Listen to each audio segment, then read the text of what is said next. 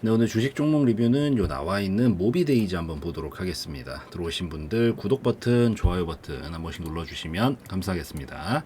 우선은 모비데이즈가 오늘 되게 강력하게 움직임이 좀 나와주는 모습이 나와줬는데 사실 제가 동전주 잘 안 다룹니다. 원래 잘 안 다루는데 이걸 보다 보니까 여러분들한테 하나 설명을 드리고 싶은 게 한 가지가 있어요. 한번 보세요. 이거를 차트를 어떤가요? 뭔가 오늘 엄청 강하게 장대 양반, 물론 상한가까지는 아니었지만 쫙 밀어버리면서 이런 모습들이 어때 보이는지 요걸 토대로 이 모비데이즈가 근데 장기적으로 여태까지는 하락 흐름을 태웠던 이유가 있거든요. 그래서 이번에는 좀 다를 수 있는지, 그리고 우리는 꼭 어떤 것들을 포인트를 잡고 봐야 되는지 좀 설명을 드려야겠다 싶어가지고 그래서 가져왔습니다. 그래서 한번 좀 살펴볼 거고, 들어와서 리뷰부터 좀 먼저 살펴보면은 이 모비데이즈의 자회사 중에서 모비게임즈라고 있습니다. 뭐 이런 이미 게임즈가 들어가 있죠. 근데 이 모비게임즈에서 이번에 게임을 냈어요. 별의 전쟁이라고. 근데 이제 이게 구글 플레이, 우리 여러분들 휴대폰 어플 다운받으실 때 들어가는 곳, 여기 구글 플레이 인기 게임 순위에서 1등을 했다라고 합니다. 그래서 이것 때문에 급등이 나왔다.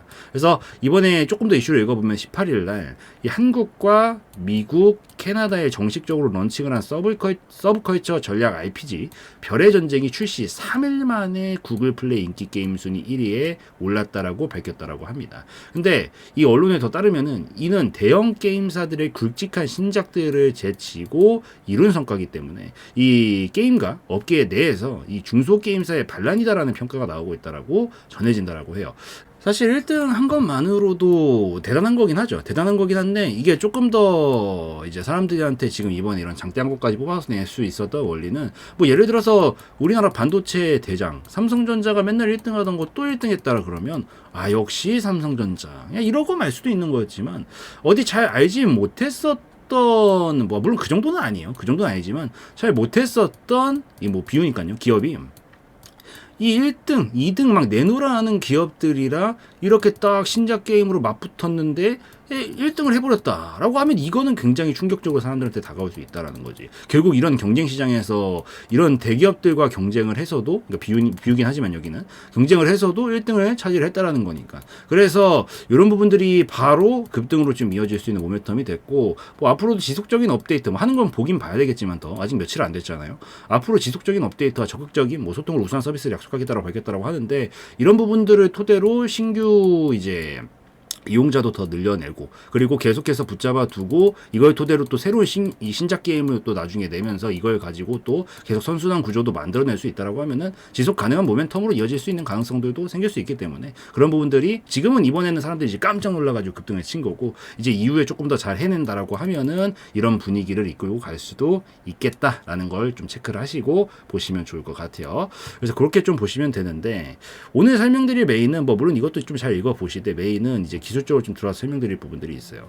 근데 여태까지는 그래도 지금 동전주까지 내려와 있잖아요. 그러니까 여태까지 사실 실적이 막 엄청 좋고 그랬던 편은 아니기는 해요. 뭐 영업 적자도 좀 나고 있었고 2023년도 좀 났고요. 단기순 적자 같은 경우에도 2년 동안 나고 있었던 상황이었고, 뭐 물론 매출액은 좀 늘어나가지고 몸집 사이즈 자체는 좀 커졌다라고 보이는데, 사실상 실속 있게 뭔가 좀 챙기고 있었던 단계까지는 아니었기 때문에 상장하고 나서도 좀 많이 빠져주는 모습을 보여주는 것도 물론 어느 정도 있었다. 왜?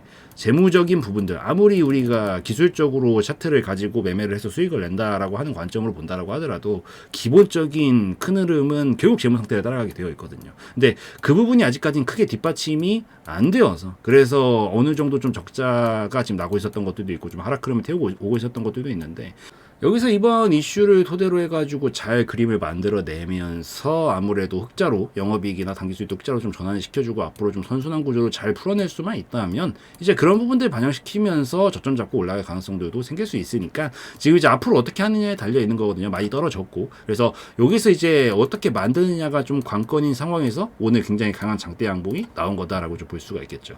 그래서 지금 이제 여기를 저점으로 이제 잡고 가려면 기본적으로 재무 상태가 뒷받침이 되긴 돼야 될 거예요. 이게 분명히 이익이다라는 걸로 이 증명을 해낼 수 있어야 되기 때문에 앞으로도, 그리고 이익이 더 날 거다라는 기대감도 심어줘야 되고, 이제부터 해줘야 되는 작업은 그런 작업이고, 오늘 강하게 좀 장대봉을 밀어주면서 좀 올라오긴 했는데, 어쨌든 우리가 이제 매매적으로 본다라고 하면은 조금 더 괜찮은 타점, 조금 더 시간이 덜 걸리는 타점, 조금 더 손실을 적게 가져가면서도 이 수익은 크게 볼 수 있는 그런 가능성이 열리는 이런 자리들을 노린다라는 관점에서 봤었을 때는, 기술적으로 봤었을 때는 앞으로 이제 이런 기대감들도 있지만, 아직까지는 돌파는 하락 흐름 안에 있어요. 아직까지는. 그래서 저는 개인적으로 하락 흐름도 우선 돌파는 해줘야 된다라고 봅니다. 우선 지금 이 파동은 들고 계신 분들이 있다라 그러면 한 번에 돌파가 나올지 안 나올지 좀 지켜봐야 돼요. 저도 도달했었을 때 반응을 좀 봐야 되겠지만 이게 우선 아직 하락 흐름 안에 있었기 때문에 우선 이거부터 말씀을 드릴게요.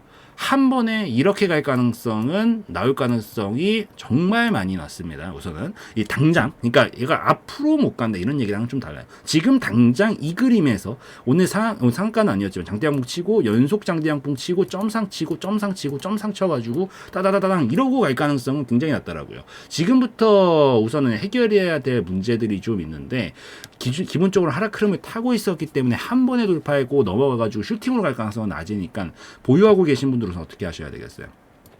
올라오면 이렇게 닿는 부분들에서 분할 익절을 좀 해주셔야 됩니다. 왜? 이게 결국에는 모든 게 어느 정도 흐름의 절차라는 게 있거든요. 하락 흐름을 태우다 바로 가는 게 아니라 하락 흐름을 태우고 보통 이 그림을 그리다가 이렇게 보내요. 즉 어차피 우리가 이거를 버티는데도 시간이 오래 걸리니까 저는 이제 들고 계신 분들은 올라오면은 좀 어느 정도 익절 타이밍 그냥 잡아주시는 게 시간적으로 더 효율적으로 가져갈 수 있는 방법이라서 분할로라도 좀 챙겨주시는 게 좋다는 걸 먼저 말씀드리고 진입한다라는 관점에서 본다라고 하면 사실 자리 자체가 막 좀 매력적이어 보일 수 있거든요. 근데 전 이것까진 꼭 확인하시라고 말씀드리고 싶어요. 이게 메인입니다. 오늘 설명드릴 거예요. 뭐냐면 하락 흐름을 돌파하는 것도 당연히 돌파를 해야 되지만 제가 저점을 어느 정도 잡아냈다라고 볼 수 있는 신호를 항상 세 가지를 설명을 드려요. 그게 뭐냐면 이렇게 이중바닥형 종가 돌파 패턴 하나가 있고요. 삼중바닥형 종가 돌파 패턴이 하나가 있어요. 그리고 이렇게 그냥 단순 박스권형 돌파 패턴 이렇게 하나 총 3개가 있습니다. 이게 중요한 건 종가로 돌파를 해야 된다는 거고 이게 왜 중요하냐면 매수와 매도세 간에 이렇게 힘겨루기를 계속 하는 구간을 거친 다음에 거기서 보통 매수세가 이겼을 때 이런 패턴들이 나오게 되는 거거든요. 원리가.